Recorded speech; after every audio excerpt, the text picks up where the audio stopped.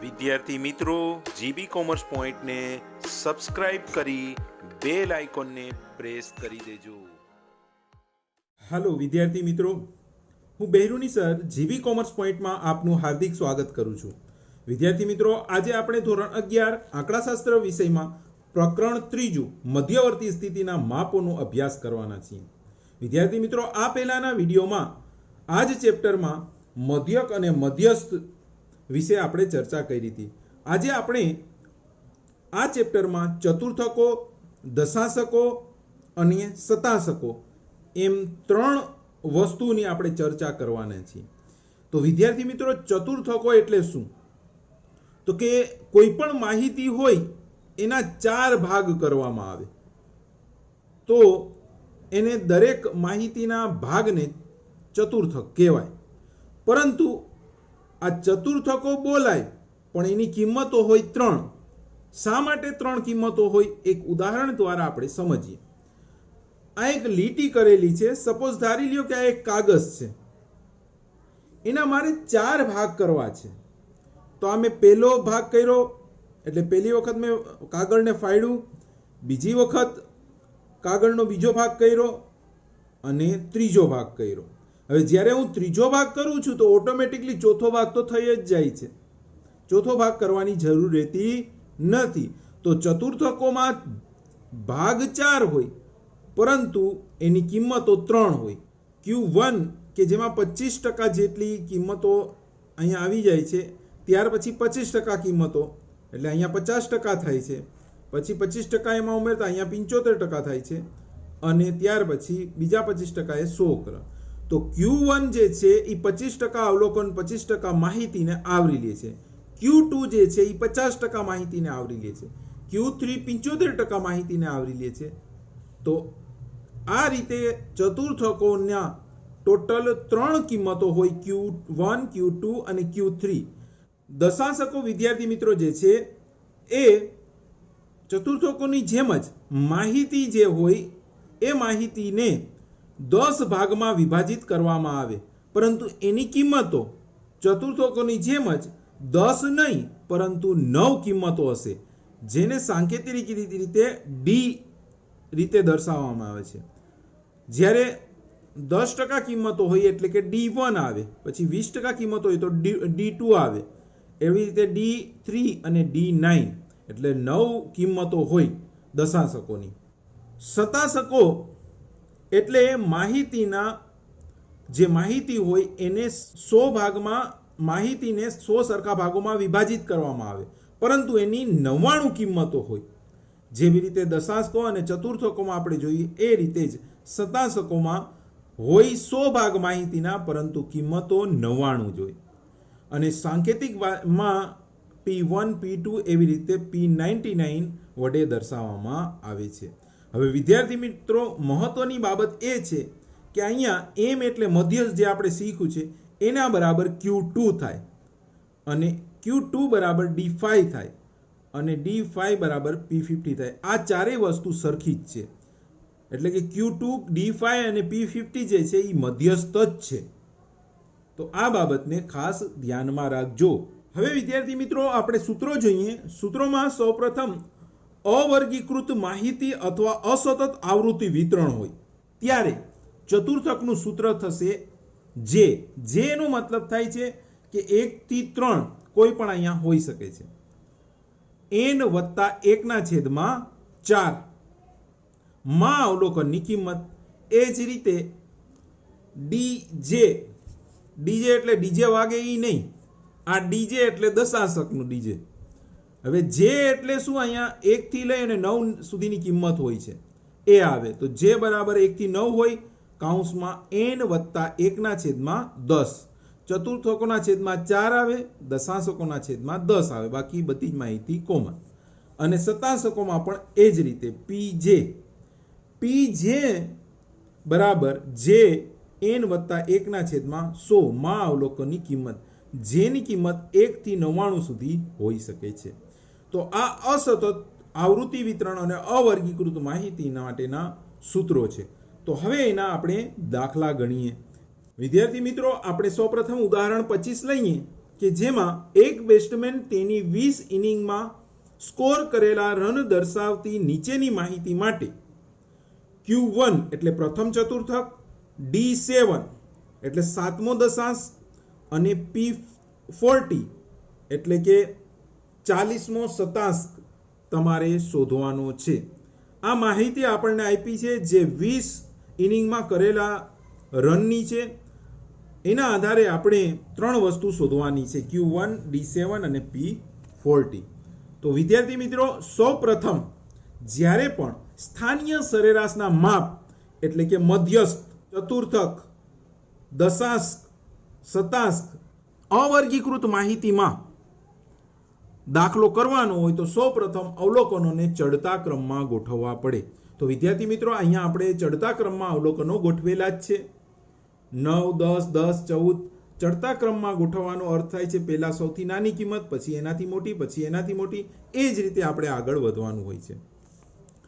તો અવલોકનોને ચડતા ક્રમમાં ગોઠવ્યા બાદ આપણે ચતુર્થક Q1 ની કિંમત મેળવીએ તો Q1 નું સૂત્ર છે n+1/4 માં અવલોકનની કિંમત, અને Q1 છે એટલે અહીંયા 1 લખવાની જરૂર નથી, કારણ કે 1 આખા કાઉન્સને ગુણે તો એ જ વસ્તુ આવે, તો 1 લખવાની અહીંયા જરૂર નથી.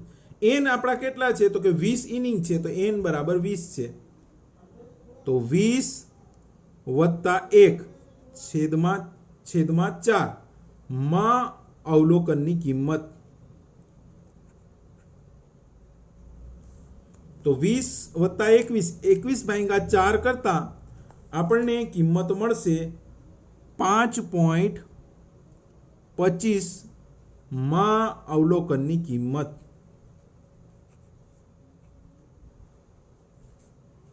હવે વિદ્યાર્થી મિત્રો, અહીંયા જવાબ આવ્યો 5.25. આપણે મધ્યસ્થમાં શું કરતા હતા કે આ રીતે જવાબ આવતો હતો ત્યારે પાંચમું અવલોકન અને ત્યાર પછીના છઠ્ઠા અવલોકન એ બંનેનો સરવાળો કરી અને 2 થી ભાંગતા, એટલે કે સરેરાશ કિંમત લેતા. પરંતુ આપણે ચતુર્થક, દશાંશ અને શતાંશમાં એ રીતે આપણે કરવાનું થતું નથી. એમાં થોડીક રીત બદલી જાય છે. રીત શું બદલે છે એ હું કરું છું અને સમજાવું છું. સૌપ્રથમ પાંચમો જે છે પોઈન્ટ, પહેલાનો અંક જે હોય એ પૂર્ણાંક અંક હોય, તો 5માં અવલોકનની કિંમત પ્લસ પછી 0.25 છે એટલે 0.25 અહીંયા મૂકવાના, અને પછી કાઉન્સમાં લખવાનું એટલે કે ગુણાકાર. પાંચમા અવલોકન પછી આવે છઠ્ઠો, તો છઠ્ઠો અને પાંચમા અવલોકન વચ્ચેનો જે તફાવત છે એ લખવાનો હોય. તો પહેલા આપણે છઠ્ઠો અવલોકન માઇનસ પાંચમો અવલોકન,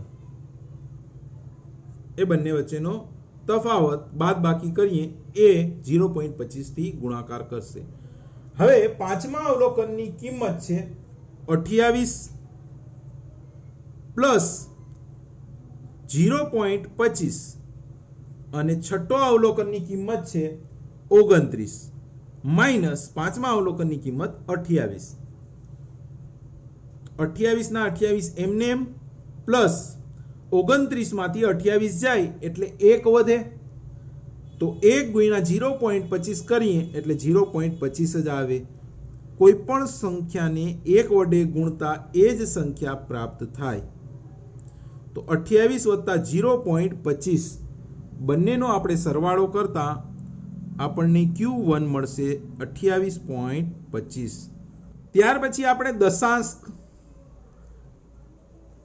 D7 શોધવાનો છે. D7 બરાબર જે કાઉન્સમાં n+1/10, કારણ કે દશાંશમાં આપણે છેદમાં 10 લખવાનો હોય, માં અવલોકનની કિંમત. સૂત્રમાં રકમ મૂકી દઈએ. સાતમો દશાંશ મેળવવાનો છે એટલે જે 7 આવશે, D7 છે એટલે, તો 7 ના 7 અહીંયા, અને n છે 20 + 1/10. તો 20 + 21/10 કરતા 2.1 આવે, અને 2.1 ને 7 વડે આપણે ગુણીએ તો આપણો જવાબ આવશે 14.7 માં અવલોકનની કિંમત. હવે વિદ્યાર્થી મિત્રો ઉપર કર્યું તેમ જ અહીંયા કરશું. પહેલા 14માં અવલોકનની કિંમત, તો 14માં અવલોકનની કિંમત પ્લસ પોઈન્ટ પછીનો અંક 0.7 કૌંસમાં 14માં અવલોકન પછી આવે 15મું અવલોકન, તો 15માં અવલોકનની કિંમત માઇનસ 14માં અવલોકનની કિંમત બરાબર 14માં અવલોકનની કિંમત છે 62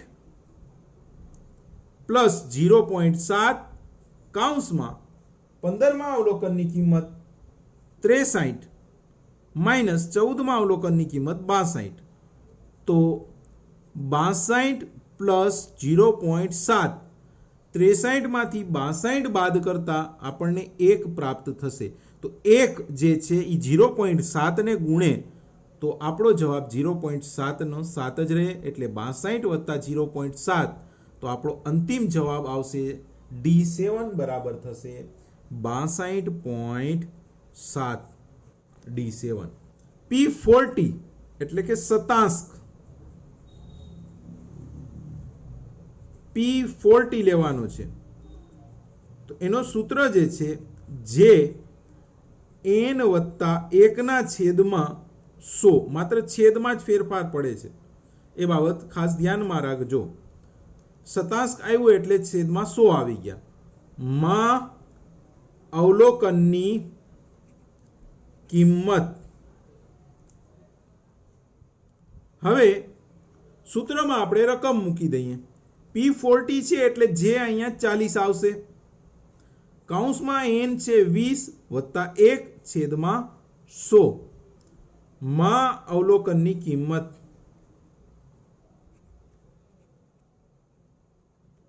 હવે વિદ્યાર્થી મિત્રો 40 એમને 20 વત્તા 1 ભાંગા 100 આપણે કરીએ તો 0.21 આવશે. 40 થી ગુણી નાખીએ એને તો આપણો જવાબ આવશે 8.4 માં અવલોકનની કિંમત.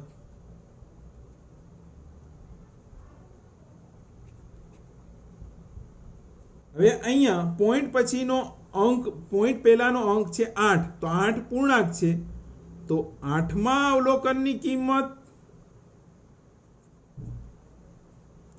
પ્લસ પોઈન્ટ પછી છે 4 એટલે 0.4 અને કૌંસમાં 8માં અવલોકન પછી આવે 9મું, તો 9માં અવલોકનની કિંમત માઇનસ 8માં અવલોકનની કિંમત બરાબર 8માં અવલોકનની કિંમત છે 32 પ્લસ 0.4 અને કૌંસમાં 9માં અવલોકનની કિંમત 40, 8માં અવલોકનની કિંમત માઇનસ 32. તો ગણતરી કરીએ તો 32 એમને એમ પ્લસ 40 માંથી 32 જાય તો 8 વધે અને 8 નો ગુણાકાર 0.4 થી કરીએ તો 3.2 આવશે. તો આપણો અંતિમ જવાબ થશે 32 પ્લસ 3.5 એટલે 35.2. P40 બરાબર 35.2. હવે વિદ્યાર્થી મિત્રો ઉદાહરણ 27 લઈએ કે જેમાં દાખલામાં જે માહિતી આપી છે એ અસતત આવૃત્તિ વિતરણની છે. જે અહીંયા મેં લાલ બોલપેનથી લખેલ છે કિંમતો, એ તમારા પાઠ્યપુસ્તકમાં ઉદાહરણ 27માં આપેલી માહિતી છે.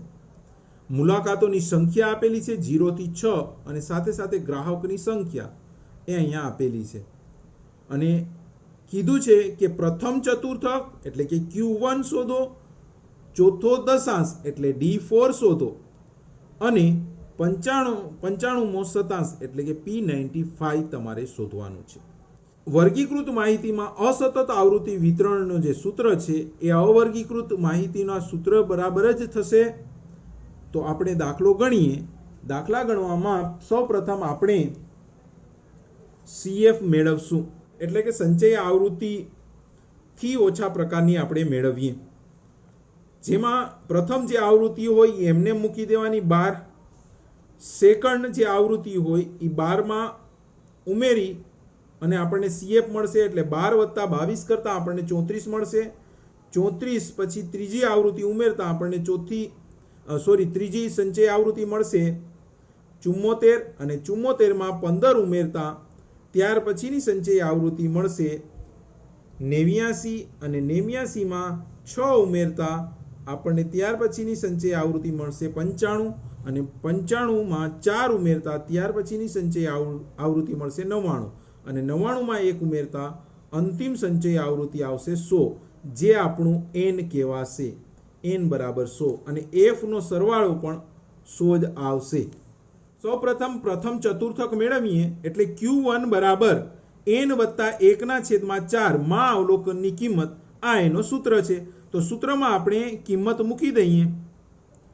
n છે 100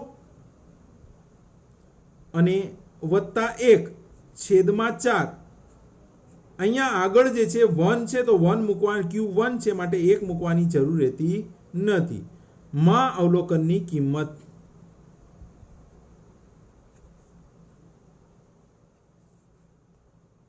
ત્યાર પછીની ગણતરી 100 + 1 એટલે 101 થાય. એને ભાગ્યા 4 કરીએ એટલે 25.25 માં અવલોકનની કિંમત.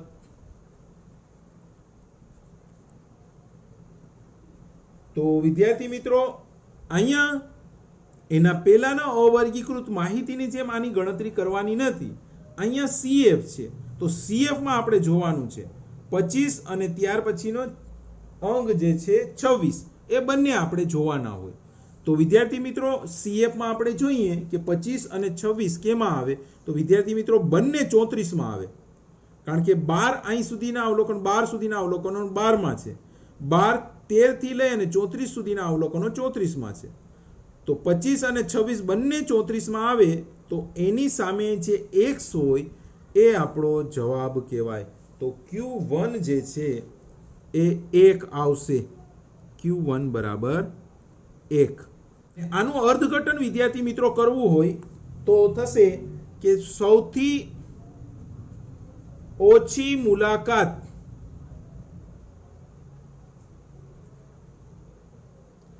લેતા Q1 એટલે 25% થાય. 25% ગ્રાહકોમાં મહત્તમ મુલાકાતોની સંખ્યા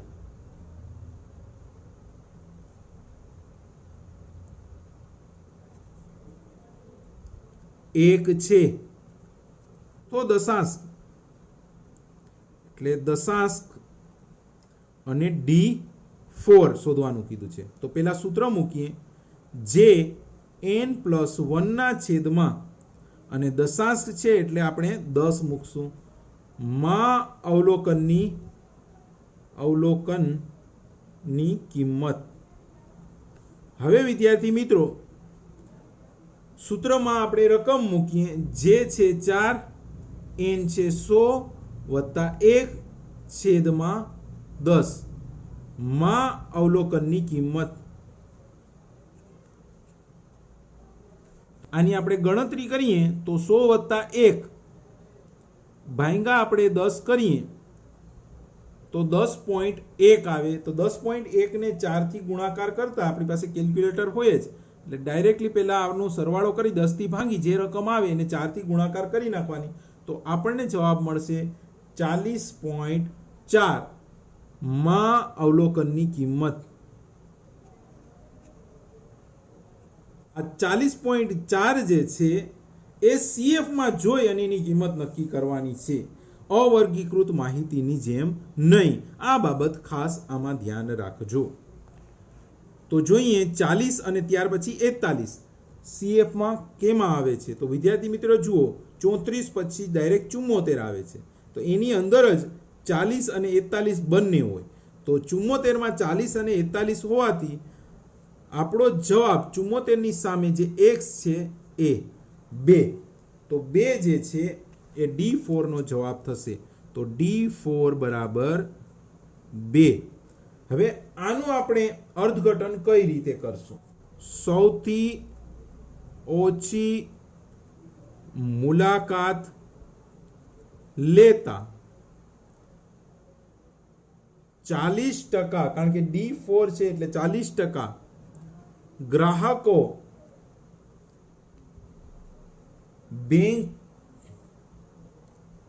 બેંકની 2 દિવસ મુલાકાત લે છે.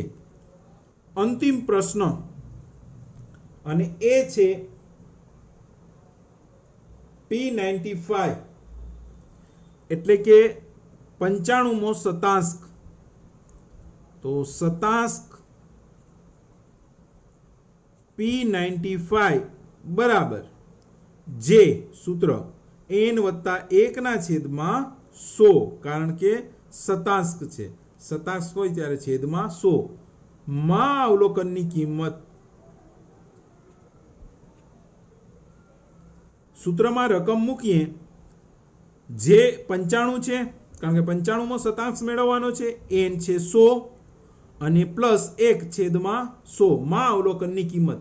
તો વિદ્યાર્થી મિત્રો 101/100 આપણે કરી અને 95 થી આપણે ગુણાકાર કરીએ તો આપણને જવાબ મળશે 95.95 માં અવલોકનની કિંમત.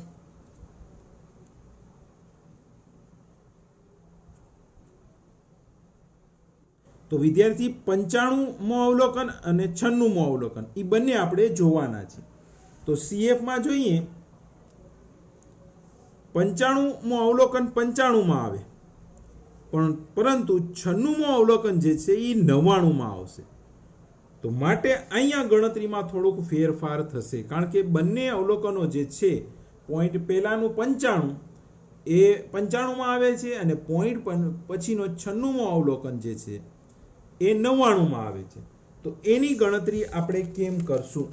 તો વિદ્યાર્થી મિત્રો એની ગણતરી આપણે એના પહેલા જે કરી અવર્ગીકૃત માહિતીમાં એ રીતે જ આપણે અહીંયા કરવાની છે. બરાબર 95માં અવલોકનની કિંમત પ્લસ 0.95, કારણ કે 95.95 છે તો પ્લસ પછી 0.95 કૌંસમાં 95 પછી આવે 96, તો 96માં અવલોકનની કિંમત માઇનસ 95માં અવલોકનની કિંમત. તો 95માં અવલોકનની કિંમત છે 4 વત્તા 0.95, 96માં અવલોકનની કિંમત છે 5 અને માઇનસ 95માં અવલોકનની કિંમત 4. તો 4 વત્તા 5 માંથી 4 જાય તો 1 વધશે, 1 ગુણ્યા 0.95 કરીએ એટલે 0.95 જ વધે, તો 0.95. તો 4 વત્તા 0.95 તો આપણો જવાબ થશે 4.95. તો આ થશે P95 નો જવાબ. અને એનું અર્થઘટન કરતા આપણે આ રીતે લખશું: સૌથી ઓછી વખત મુલાકાત લેતા 95% ગ્રાહકોની મુલાકાતની મહત્તમ સંખ્યા 4.95 છે, એટલે દિવસની સંખ્યા આપણે પૂર્ણાંકમાં લખવાની હોય તો અહીંયા 5 લખી દેવું જોઈએ, કારણ કે 4.95 જે 5 ની નજીક છે, માટે આપણે 5 લખી દઈએ હશે. આનું અર્થઘટન થયું. તો વિદ્યાર્થી મિત્રો, આશા રાખું છું કે તમને મેં આજે વિડીયોમાં જે વસ્તુ સમજાવી એ તમને સમજાઈ ગઈ હશે.